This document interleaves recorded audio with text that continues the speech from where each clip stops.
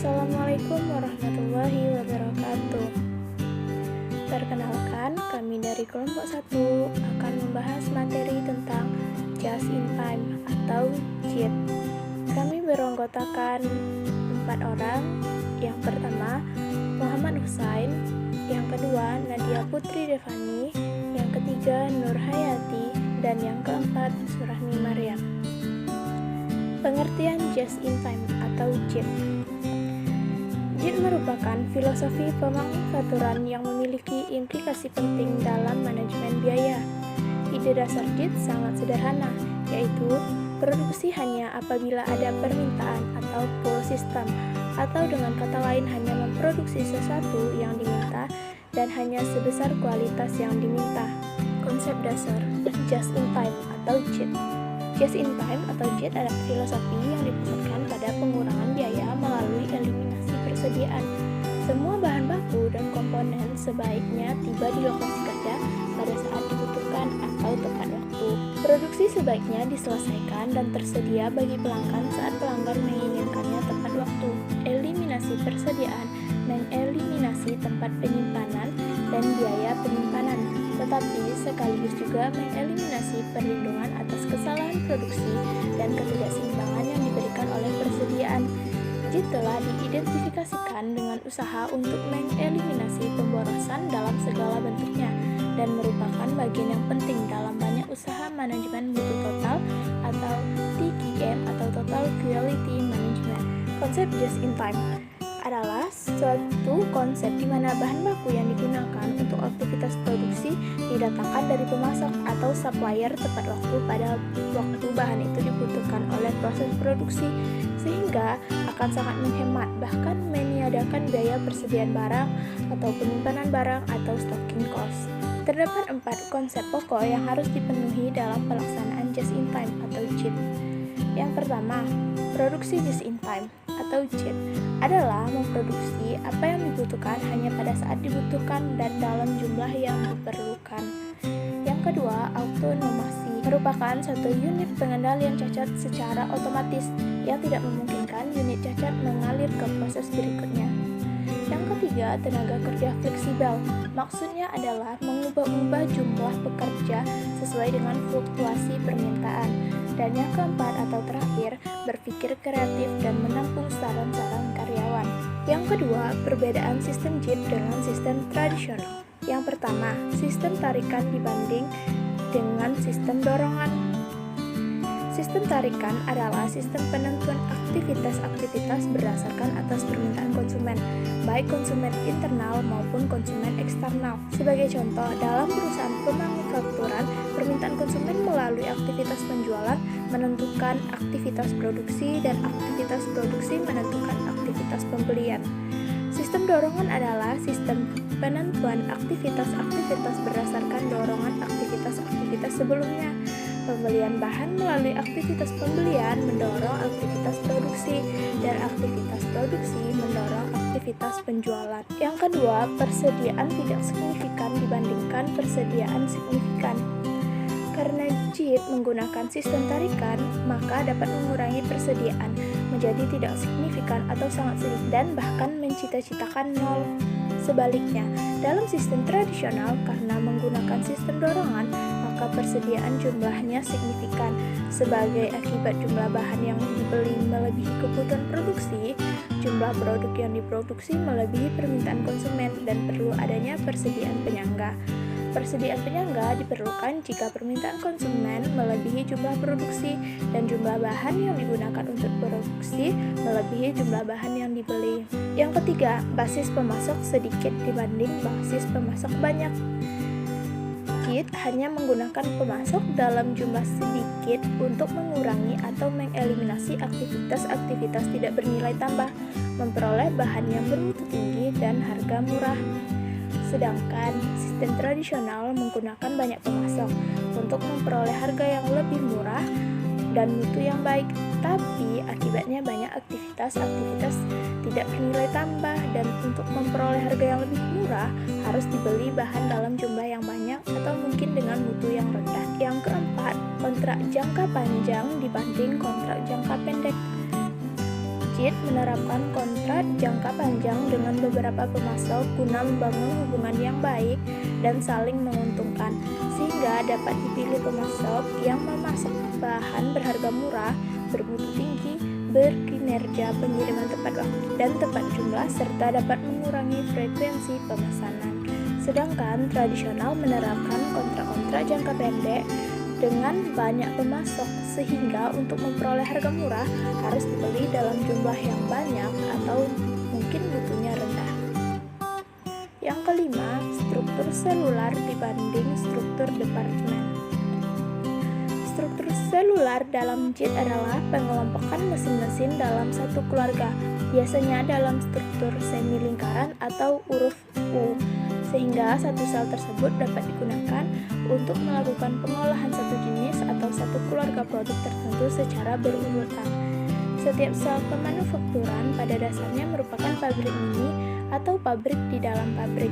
Penggunaan struktur selular ini dapat mengeliminasi aktivitas, waktu, dan biaya yang tidak bernilai tambah.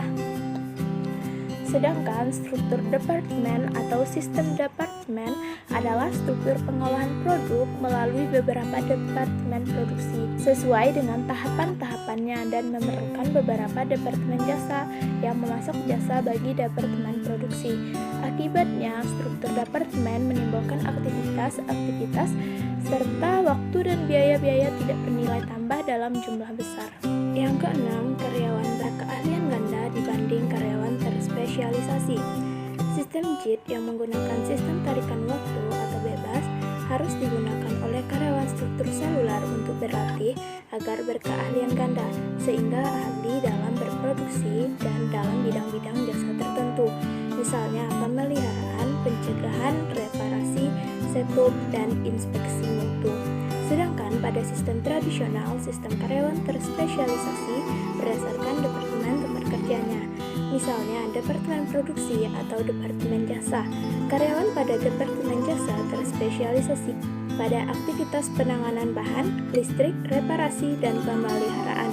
Karyawan pada departemen produksi terspesialisasi pada aktivitas pencampuran, peleburan, pencetakan, perakitan, dan penyempurnaan. 7. Jasa terdesentralisasi dibanding jasa tersentralisasi. Sistem tradisional mendasarkan pada sistem spesialisasi, sehingga jasa tersentralisasi pada masing-masing departemen jasa. Sedangkan pada sistem JIT, jasa terdesentralisasi pada masing-masing struktur selular.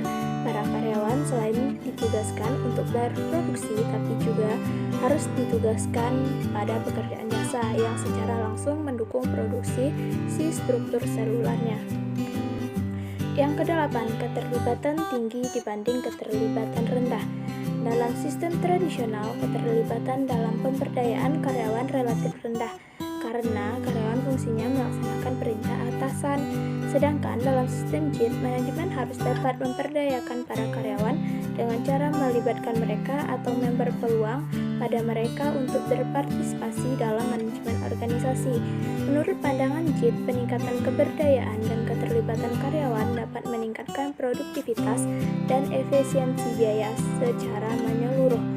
Para karyawan dimungkinkan untuk membuat keputusan mengenai bagaimana pabrik beroperasi. Yang kesembilan, gaya pemberi fasilitas dibanding gaya pemberi perintah. Sistem tradisional umumnya menggunakan gaya manajemen sebagai atasan karena fungsi utamanya adalah memerintah para karyawannya untuk melaksanakan kegiatan. Sedangkan pada sistem JIT memerlukan keterlibatan karyawan sehingga mereka dapat diberdayakan. Maka gaya manajemen yang cocok adalah sebagai fasilitator dan bukanlah sebagai pemberi perintah. Yang ke-10 atau yang terakhir, TQC dibandingkan AQL. TQC atau Total Quality Control dalam JIT adalah pendekatan pengendalian mutu yang mencakup seluruh usaha secara berkesinambungan dan tiada akhir untuk menyempurnakan mutu agar tercapai kerusakan nol atau bebas dari kerusakan.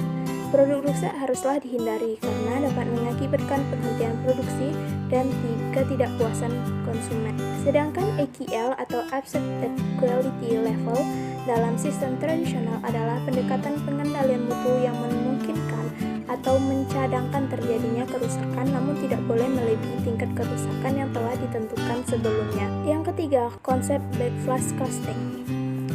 Backflash costing atau backflashing adalah suatu cara pengumpulan biaya produksi dengan proses produksinya yang sangat cepat, atau merupakan pendekatan akuntansi yang memendekkan arus biaya produksi dengan tujuan untuk mengurangi sejumlah kejadian yang diukur dan dicatat dalam sistem akuntansi. Dalam pendekatan tradisional seperti job order costing dan proses costing, ada penelusuran rinci atas biaya ke barang dalam proses. Sedangkan pada pendekatan backflashing, penelusuran ini tidak dibutuhkan karena jangka waktu dari penerimaan bahan baku sampai penyelesaian barang jadi sangat singkat. Karakteristik backflashing. Yang pertama, dapat dipakai pada perusahaan yang telah menggunakan sistem just in time. Yang kedua, perkiraan material dan work in process dikombinasikan ke dalam satu perkiraan, yaitu raw and in process atau REP. Yang ketiga, perkiraan persediaan tidak disesuaikan dalam periode akuntansi, tapi saldonya disesuaikan melalui ayat jurnal yang dibuat pada akhir periode akuntansi. Yang keempat, beberapa atau seluruh biaya produksi ditentukan setelah produksi selesai. Yang kelima, biaya konversi dibebankan dengan menggunakan perkiraan harga pokok penjualan. Yang terakhir adalah estimasi biaya material dan konversi, serta raw material yang belum diproses dilakukan pada akhir periode. 4. Hubungan JIT dengan backflash costing. Hubungannya yaitu dalam konsep backflash costing bisa diterapkan konsep JIT, yang mana konsep ini sasarannya adalah untuk meminimalkan persediaan dalam melakukan proses produksi, seperti meminimalkan bahan baku, barang dalam proses produksi, dan barang jadi, bahkan jika memungkinkan persediaannya nol atau zero inventory. Sesuai dengan konsep backflash costing, yaitu pengumpulan biaya produksi dengan proses produksinya yang sangat cepat dan memendekkan arus biaya produk. Dalam prakteknya dicontohkan bahwa BDP atau backflash costing punya hubungan penting dengan kecepatan atau just in time. Jika tingkat output tetap sementara jumlah unit dalam proses diturunkan, maka kecepatan sistem telah digandakan. Kecepatan berhubungan terbalik dengan output time. Peningkatan kecepatan akan mengurangi waktu memenuhi pesanan produksi, bahkan mungkin dicapai zero inventory untuk barang jadi karena semua pengiriman dibuat sesuai pesanan. Dengan diterapkannya konsep JIT dalam backflash costing, proses produksi menjadi lebih cepat, sehingga lama waktu pemrosesan mulai dari bahan baku diproses hingga produk terselesaikan akan berkurang menjadi beberapa bulan, minggu, atau bahkan dalam hitungan jam. Sesuai dengan tujuan JIT adalah mengurangi waktu siklus total, terutama waktu proses yang signifikan dalam produk. Mengurangi waktu total siklus berarti mengurangi biaya dan peningkatan daya saing. 5. Analogi dasar dari akuntansi keuangan. Dua metode persediaan yang berbeda digunakan oleh perusahaan non-manufaktur, yaitu metode perpetual dan metode periodik. Dalam metode perpetual, akun persediaan barang dagang didebitkan atas setiap pembelian barang dan dikreditkan atas biaya dari setiap penjualan barang. Tujuannya untuk mencatat setiap peningkatan atau penurunan dalam biaya barang dagang yang ada dalam persediaan. Akuntansi terinci dalam jumlah yang signifikan dilakukan dalam metode ini, dan hal ini bisa dianalogikan dengan penelusuran terinci atas barang dalam proses yang diperlukan oleh perhitungan biaya berdasarkan pesanan dan perhitungan biaya berdasarkan proses untuk perusahaan manufaktur. Akan tetapi, metode persediaan periodik membiarkan saldo awal dari akun persediaan barang dagang tidak berubah selama periode akuntansi. Penyesuaian di akhir periode dibuat agar saldo akhirnya sama dengan hasil perhitungan fisik. Harga pokok penjualan yang merupakan total aliran keluar dari barang dagangan untuk periode akuntansi tersebut dihitung dan dicatat hanya di akhir periode. Hal ini dilakukan untuk menambahkan saldo awal biaya persediaan barang dagang ke total pembelian dan mengurangi dengan biaya persediaan barang akhir. Ayat jurnal digunakan menyesuaikan akun persediaan barang dagang ke saldo akhir yang benar dan mencatat harga pokok penjualan untuk periode tersebut. Seperti tidak dilakukannya akuntansi yang terinci atas persediaan barang dagangan pada metode periodik, demikian pula tidak ada penelusuran terinci atas persediaan WIP yang dilakukan oleh produsen yang menggunakan perhitungan biaya backflash. Keduanya bergantung pada perhitungan di akhir periode dan penyesuaian atas akun persediaan. Baiklah, sekian video pembelajaran dari kelompok 1. Terima kasih dan sampai jumpa. Assalamualaikum warahmatullahi wabarakatuh.